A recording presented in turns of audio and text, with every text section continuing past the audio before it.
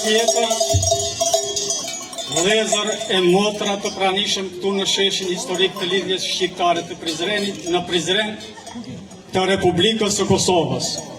Më lejoni që në emër të anëtarëve të shoqatës kulturore Karnevalet Ilire nga Katundi Bozovës, Komuna e Tetovës, Këshillit Organizativ dhe në emrin tim personal të përshëndes Ministrinë e Kulturës, Rinisë dhe Sportit, shkëlqetësinë e tij zotin Hajrullah Çeku, kryetarin e Komunës së Prizrenit, shkëlqetësinë e tij zotin Shaqir Tota. Përshëndes humanistin e përmasave kombëtare dhe biznesmenin e përmasave ndërkombëtare zotin Lazim Destani, edhe pse është i pranishëm.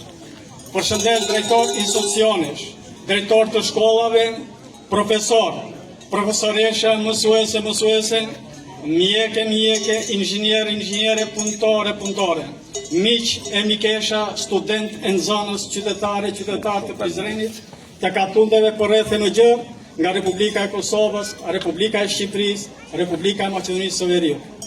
Shoqatat kulturore që janë përkrahëse të këtij manifestimi gjithashtu përshëndes mediumet që po bëjnë punë të shkëlqyer.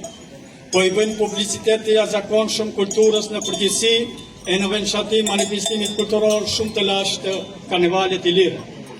Gjithashtu përshëndes kryetar të shoqatave në të cilat kemi nënshkruar memorandum bashkëpunimi për Parim Laçin dhe Klajdin Lullollarin nga Shqipëria, zotin Frok Krisaj dhe Remzie Berisha nga Republika e Kosovës. Ju kërkojnë ndjes të gjithë miqve e mikeshave që janë shumë këtu në Republikën e Kosovës, për shkak të kohës ka mundësi me i përmendur të gjithë me emra e mbi emra.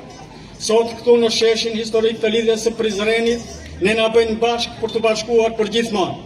Gjuha shqipe, flamuri i Skënderbeut, i Ismail Qemalit, i Adem Jasharit pra 28 nëntori, 10 qershori, 22 nëntori, 7 marsi, 17 shkurti dhe ky manifestim madhështor kulturor Karnevalit Ilire.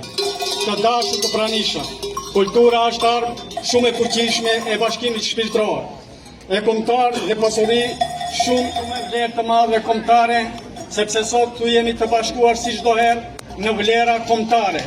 Kështu si e don populli dhe kështu si nuk e duan armiq të na shohin grush të fortë e kështu të bashkuar. Ne kemi për detyrë të takohemi si sot, bile dhe sa më shumë në për manifestime të ndryshme kulturore, sportive, arsimore, shkencore, kudo qofshin ato. Në trojet tona të mbushen sheshet, sallat sportive plotë për plotë. Kështu më të fortë do të bëhemi, më shumë do ta duam njëri tjetrin, si thoj mishin. Më mirë do të njohim vlerat tona të përbashkëta e të lashta. Atëherë do të duam më shumë dhe nuk do t'i muhojmë për të huaja.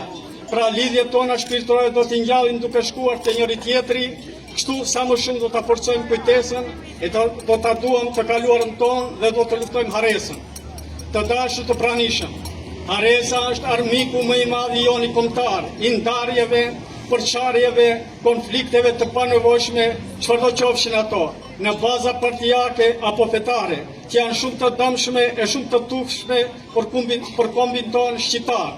Harresa është provim i mos shkollimit dhe leximit, që ka një qëllim shumë të rrezikshëm, shpërlarjen e trurit, smohimin e origjinës, të gjuhës, flamurit, datave historike, historisë tonë të lashtë, heronjve tonë kombëtar, kulturës, trashëgimisë, traditave, zakoneve, adeteve, përshëndetjeve, pagëzimit të fëmijëve, veshmbathjeve dhe e keqja më e madhe të identitetit tonë kombëtar, siç po ndodh me vëllezërit tanë të fesë ortodokse të Rekës së Epërme e me vëllezërit tanë të fesë islame të Sanxhakut, të parët veten e quajnë slav e të ditët veten e quajnë bosnjak. Qëllimi i armiqve botërisht dihet, për këtë Milan Kundera thotë: hapi i parë në lukidimin e një populli është të fshini kujtesën e tij, shkatroni librat e tij, kulturën e tij, historinë e tij, atëherë vini ti këtë të shkruaj libra të rinj, të krijoj kulturë të re, të shpik një histori të re, para se të kaloj shumë kohë, kombi do të harrojë se çfarë ishte dhe çfarë qenë.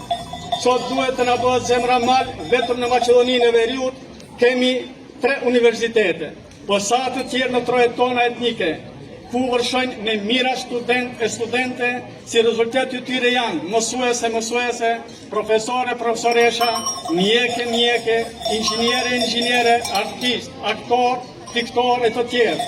Pra femra shqiptare sot i ngjan pranverës, na bën të ndjehemi krenar me të arriturat dhe sukseset e tyre në institucione në vend e në arenën ndërkombëtare. E më të suksesshmit në botë, Majlinda Kelmendin, Nora Gjakovën, Distria Krasniqin, Rita Orën, e Dua Lipën. E sa të tjera janë, po për shkak të kohës mund t'i përmendim të gjithë me emra e mbi emra. E mos të flasim për të arriturat e gjinisë femro-bashkëllore. Të dashur të pranishëm, të gjithë këto arritjes janë të kollajshme kudo qofshin ata. Duan mund, tolerancë, durim, guxim, vendosmëri, sakrificë dhe luftë pa kompromis. Përmes shkollimit e jo inatit e ignorancës.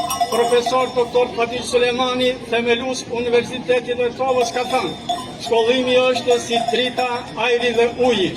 Kurse humanisti dhe biznismeni Lazim Destani thotë: ta doni shkollimin, ta doni punën dhe të krijoni besim në vetveten tuaj për të ecur përpara. Të dashur të pranishëm, edhe ky manifestim është pashësuri kulturore e shpirtërore e jona kombëtare, se kemi marrë oha, por na e sollën të parët tanë, stërgjyshurit, gjyshrit, prindrit, vëllezrit tanë, nga lashtësia miravjeçare e të parëve tanë, deri në ditët tona, ndërsa sot të prezantojnë rinia jonë nga Tetova, Prizreni dhe Tirana, këtu në sheshin e lidhjes shqiptare të Prizrenit. Për ne sot është një ngjarje zakonisht e madhe dhe historike, sepse për herë të parë karnevalet ilire të marrësisë së Sharit të Tetovës zbresin nga Bozovsa në qytetin historik të lidhjes shqiptare të Prizrenit. Për këtë manifestim kulturor shumë të veçantë falenderojmë Ministrinë e Kulturës, Rinisë dhe Sportit të Republikës së Kosovës, që e financoi këtë manifestim shumë të lashtë miravjeçar, që i mbijetoi kohës atje lart në thellësi të marrësisë së Sharit, dhe zotin Lazim Destani që e ndihmon këtë manifestim për herë kur e lip nevoja. Po ashtu falenderojmë edhe institucionet komunës së